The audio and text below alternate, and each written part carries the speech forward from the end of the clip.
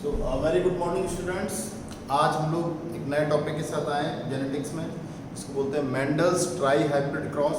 ठीक, यहाँ एक ऐसा क्रॉस किया जाएगा जिसमें 3 पेयर्स कॉन्ट्रास्टिंग कैरेक्टर्स के इन्वॉल्व होंगे। ठीक, तो आज देखते हैं मेंडल्स ट्राई हाइब्रिड क्रॉस। ठीक, cross in which 3 pairs of contrasting characters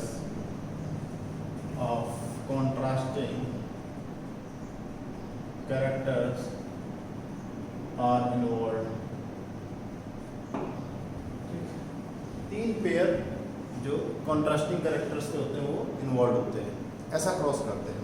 ठीक, तो सेम टाइम में ही मेंडल ने ये ट्राई हाइब्रिड क्रॉस कराया था जब इन्होंने डाई हाइब्रिड और मोनो हाइब्रिड क्रॉस कराए। ठीक, और सेम समय पे ही इन्होंने उसके रिजल्ट्स निकाले। ठीक, तो जो रिजल्ट्स आते हैं उनको उन्होंने प्रिंसिपल ऑफ सेग्रीगेशन या इंडिपेंडेंट असॉर्टमेंट के द्वारा क्या किया, अप्लाई करके उनको स्टडी किया। ठीक, तो हम लिख सकते हैं Mendel concluded try hybrid crosses experiments at the same time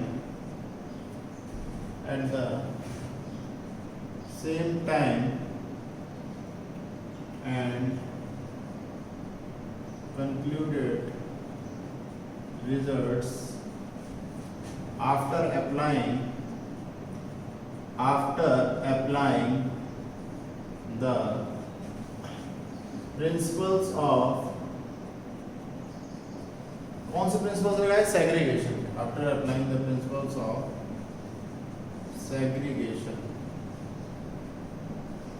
segregation and assortment. ठीक, एंड असॉर्टमेंट। तो आप देख लेते हैं कि क्या रीजंस थे। मतलब मेंडल्स ट्राई हाइब्रिड क्रॉस तो मैंने आपको बता दिया कि इन्होंने जो है सेग्रीगेशन और असॉर्टमेंट, जैसे राउंड रिंकल्ड आपका राउंड और येलो सीड्स थे। ठीक, उसके बाद आपके रिंकल्ड और ग्रीन सीड्स थे। इसी प्रकार से इन्होंने एक और कंट्रास्टिंग कैरेक्टर ले लिया। ठीक, तो अब हम ये जानेंगे कि इसके बाद में तो सिंपल सा था ट्राई हाइब्रिड क्रॉस, इसमें ये जानेंगे अब आगे कि जो मेंडल साहब थे उनके रीज़न क्या थे सक्सेस होने के। रीजंस फॉर मेंडल सक्सेस लिख सकते हैं, reasons for Mendel's success। Reasons for Mendel's success। तो देखो इन्होंने सबसे पहली बात तो क्या लिया, चूज किया Pisum sativum. Pisum sativum P plant, ये इनकी सक्सेस का बहुत बड़ा इंडिकेटर था। पाइसम सेटाइवम को चूज करने से फायदा ये मिला इनको कि इन्होंने प्योर ब्रीडिंग वैरायटी जो है पाइसम सेटाइवम की सेलेक्ट की थी। ठीक, तो इससे क्या हुआ कि जो इनके एक्सपेरिमेंट्स थे वो बिल्कुल प्योर ब्रीडिंग के बेस पे थे। ठीक, pure breeding varieties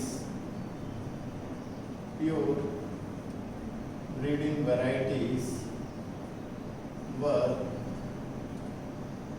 taken and experiments also based on pure breeding and all experiments also based on pure breeding।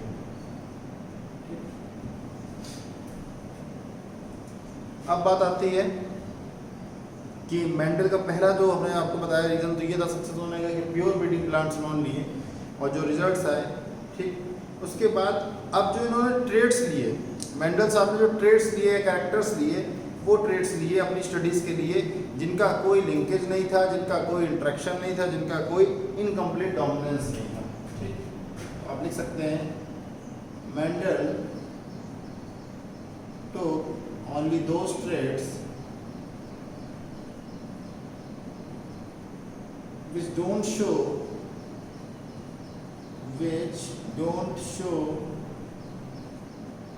linkage, incomplete dominance,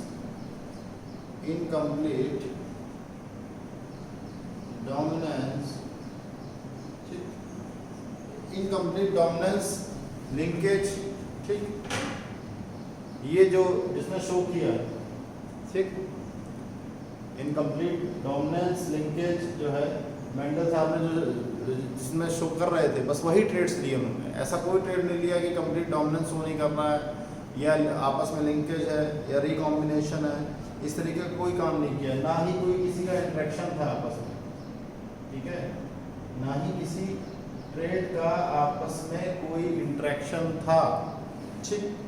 अब जो कैरेक्टर्स मेंडल साहब के द्वारा चूजन किए गए, ठीक है ना, उनमें सब में डिस्टिंक्टिव कॉन्ट्रास्टिंग ट्रेड्स थे, मतलब कोई ऐसा नहीं था कि बिल्कुल मिलते जुलते हो, ठीक।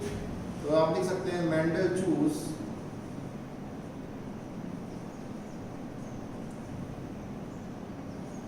characters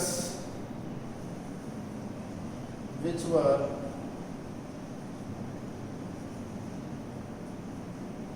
distinctively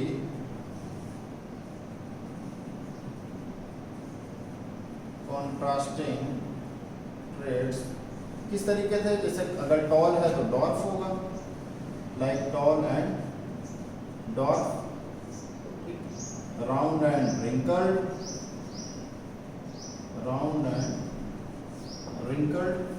ठीक। तो तीसरा पॉइंट तो ये हो गया आपका कि मेंडल साहब ने जो भी कैरेक्टर्स लिए वो सब आपस में जो ट्रेड्स थे उनके अल्टरनेटिव फॉर्म्स जो थे वो बिल्कुल ही अलग थे, ठीक। अब बात आती है चौथे पॉइंट की। मेंडल साहब ने एक या दो कैरेक्टर्स एक ही टाइम पे लिए ब्रीडिंग एक्सपेरिमेंट्स समय, या तो एक कैरेक्टर लिया या दो कैरेक्टर लिए, ठीक। मगर उनके जो प्रेडिसीजर थे, मतलब पहले वाले जो साइंटिस्ट, उन्होंने बहुत सारे जो है ट्रेड्स पे साइमल्टेनियसली वर्क कर दिया, ठीक। इससे क्या हुआ कि जो एक्चुअल रिजल्ट्स हैं वो बड़े ही कॉन्ट्राडिक्टरी आए, बड़ा ही कॉन्ट्राडिक्शन हो गया, ठीक। क्या हो गया, बहुत ही ज़्यादा कॉन्ट्राडिक्शन हो गया। तो फोर्थ पॉइंट ये है, मेंडल तो only one or more than one, यानी two characters at a time and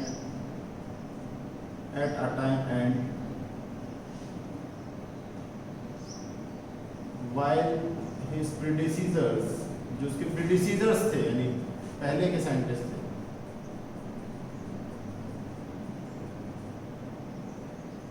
have studied more than one traits or multiple traits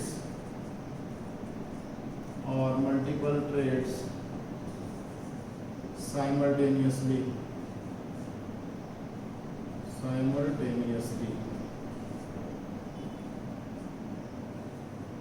ठीक।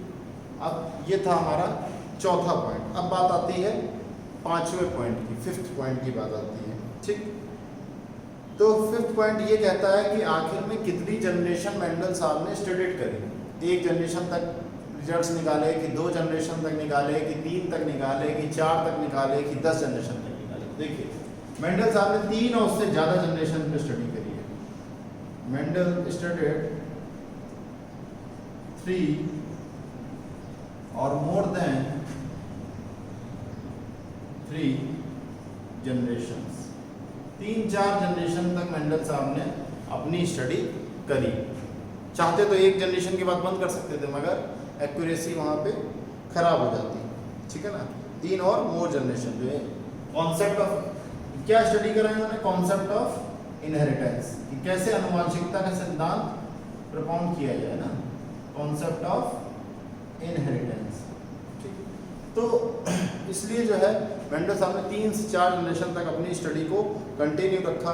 कंटिन्यू रखने के बाद उन्होंने अपने स्टैटिस्टिकल एनालिसिस और जेनेटिक्स के लॉस को अप्लाई किया और एक best of the best results निकाले, कंक्लूडेड रिजल्ट्स निकाले, ठीक है, जिसमें कोई कंट्राडिक्शन नहीं था। ठीक, उसके बाद इन्होंने रेसिप्रोकल प्रोसेस बहुत सारे करे। ही perform large number of reciprocal crosses,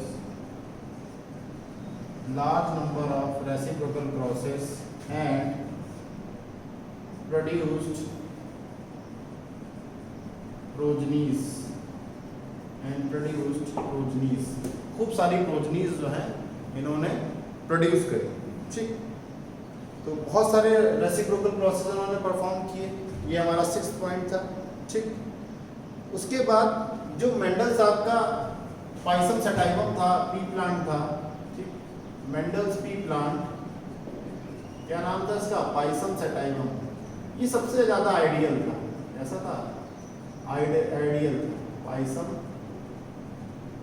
sativum, was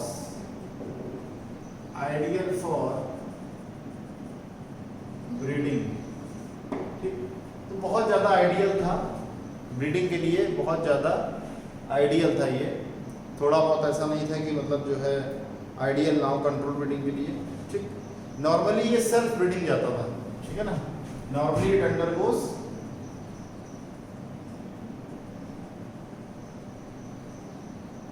self breeding. ठीक, मगर कई बार but cross breeding also occurs. Cross breeding भी खूब देखने को हमको मिली, जितने भी एक्सपेरिमेंट्स हुए उसमें खूब क्रॉस ब्रीडिंग देखने को मिली और खूब सेल्फ ब्रीडिंग देखने को मिली। ठीक, उसके बाद फॉरेन पॉलन ग्रेन से जो मतलब फॉरेन पॉलन ग्रेन्स जो हैं उनसे कंटामिनेशन ना हो, इन्फेक्शन ना हो या इंसेक्ट्स ना हो। ठीक, उसके लिए उन्होंने बहुत केयर रखी। तो 8वां पॉइंट आप लिख सकते हैं, he took care to avoid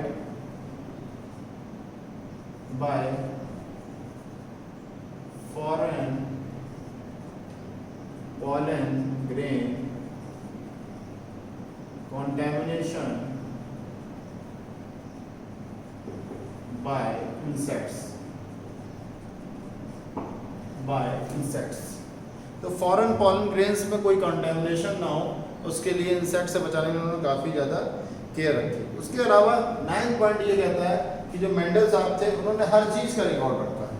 ऐसी कोई बात नहीं थी जिसका उनके पास रिकॉर्ड ना हो, तो हर चीज़ का उन्होंने रिकॉर्ड रखने की कोशिश करी।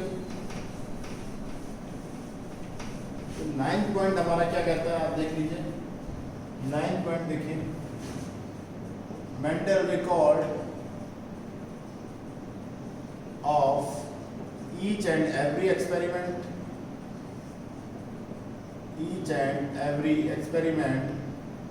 ठीक, तो जितने भी एक्सपेरिमेंट उन्होंने किए सबका रिकॉर्ड रखा। ठीक, कंप्लीट रिकॉर्ड रखा। उस रिकॉर्ड में हर क्रॉस का रिकॉर्ड रखा, रिकॉर्ड ऑफ एवरी क्रॉस। ठीक, सेल्फ ब्रीडिंग एक्सपेरिमेंट्स का रिकॉर्ड रखा, सेल्फ ब्रीडिंग एक्सपेरिमेंट्स का रिकॉर्ड रखा। ठीक, तो ऐसी कोई चीज़ नहीं बची थी जो उन्होंने जिसका रिकॉर्ड न रखा हो। ठीक, और कितने सीड्स प्रोड्यूस हुए इस बात का भी रिकॉर्ड था उनके पास, the number of seeds produced. ठीक, तो 9वां पॉइंट हमारा 9th पॉइंट यही था कि रिकॉर्ड को लेके था। ठीक, उसके बाद सबसे बड़ी जो बात आती है इसमें 10th पॉइंट की लार्ज सैम्पलिंग साइज दी है। मैंने आपको बताया था करीब 10,000 प्लांट्स पे इन्हों. ऑब्जर्वेशन रखा हुआ था. A large sampling size was decided by Mendel. Approx 10,000 plants were used for experiments.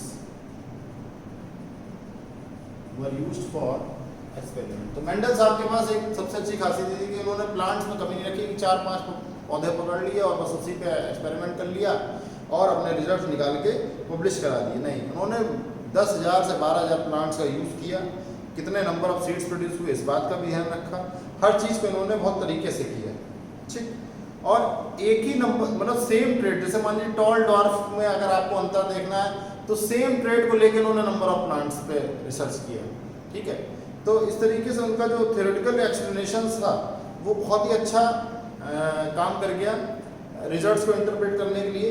ठीक, और उसके बाद जो उनके एक्सप्लेनेशंस थे, उनके एक्सप्लेनेशंस जो हैं वो काफ़ी ज़्यादा बेस्ड थे किस पे, good statistical used statistical methods पे, जैसे प्रोबेबिलिटी हो गया, काई स्क्वायर टेस्ट हो गया, एनोवा हो गया। ठीक, और लॉ ऑफ प्रोबेबिलिटी पे। ठीक, उसको उन्होंने वैलिडिटी टेस्ट करने के लिए, अपने रिजल्ट्स को एनालाइज करने के लिए यूज़ किया। अच्छा, दिक्कत ये थी कि उस समय कोई भी जो साइंटिस्ट थे उनके साथ के कंटेम्प्रेरी साइंटिस्ट थे, समकालीन वैज्ञानिक थे, तो वो कभी भी जो है उनको इन सब चीज़ों के बारे में पता ही नहीं था। मैथ्स वगैरह जो है, प्रोबेबिलिटी लॉस के क्या होते हैं, ये सब चीज़ें जेनेटिक्स में कैसे यूज़ होती हैं, इन सब के बारे में नहीं पता था, इसलिए उनके वर्क को रिकॉग्निशन नहीं मिल पाया। तो 11 पॉइंट आप लिख सकते हैं, Mendel used good statistical methods. Mendel used good statistical methods. Mendel used good statistical methods for. Mendel used good statistical methods for analyzing his results.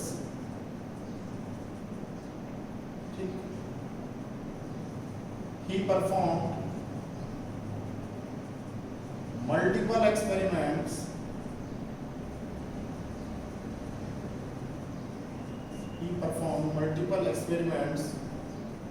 for the same trade के लिए Mendel साहब ने multiple experiments करे, एक दो नहीं, हजारों की संख्या में एक्सपेरिमेंट्स करे मेंडल साहब ने। ठीक है ना, तो स्टैटिस्टिकल मेथड्स भी यूज करे और मल्टीपल टाइम एक्सपेरिमेंट्स भी इन्होंने यूज किए।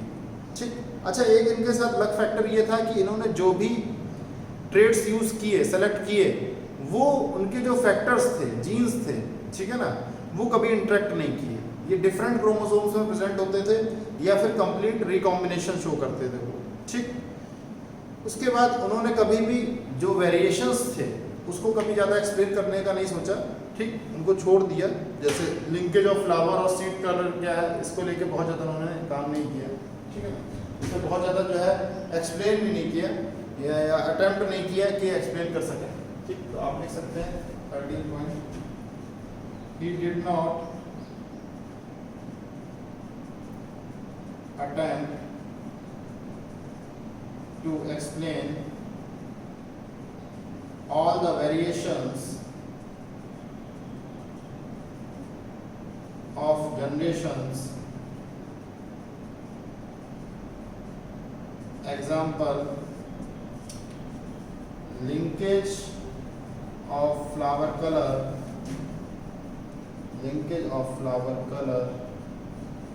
and seed, linkage of flower colour and seed. ठीक, तो ये हमारे कुछ रिजल्ट्स थे। मेंडल टाइप रेड क्रॉस हमने बहुत शॉर्ट में आपको बताया।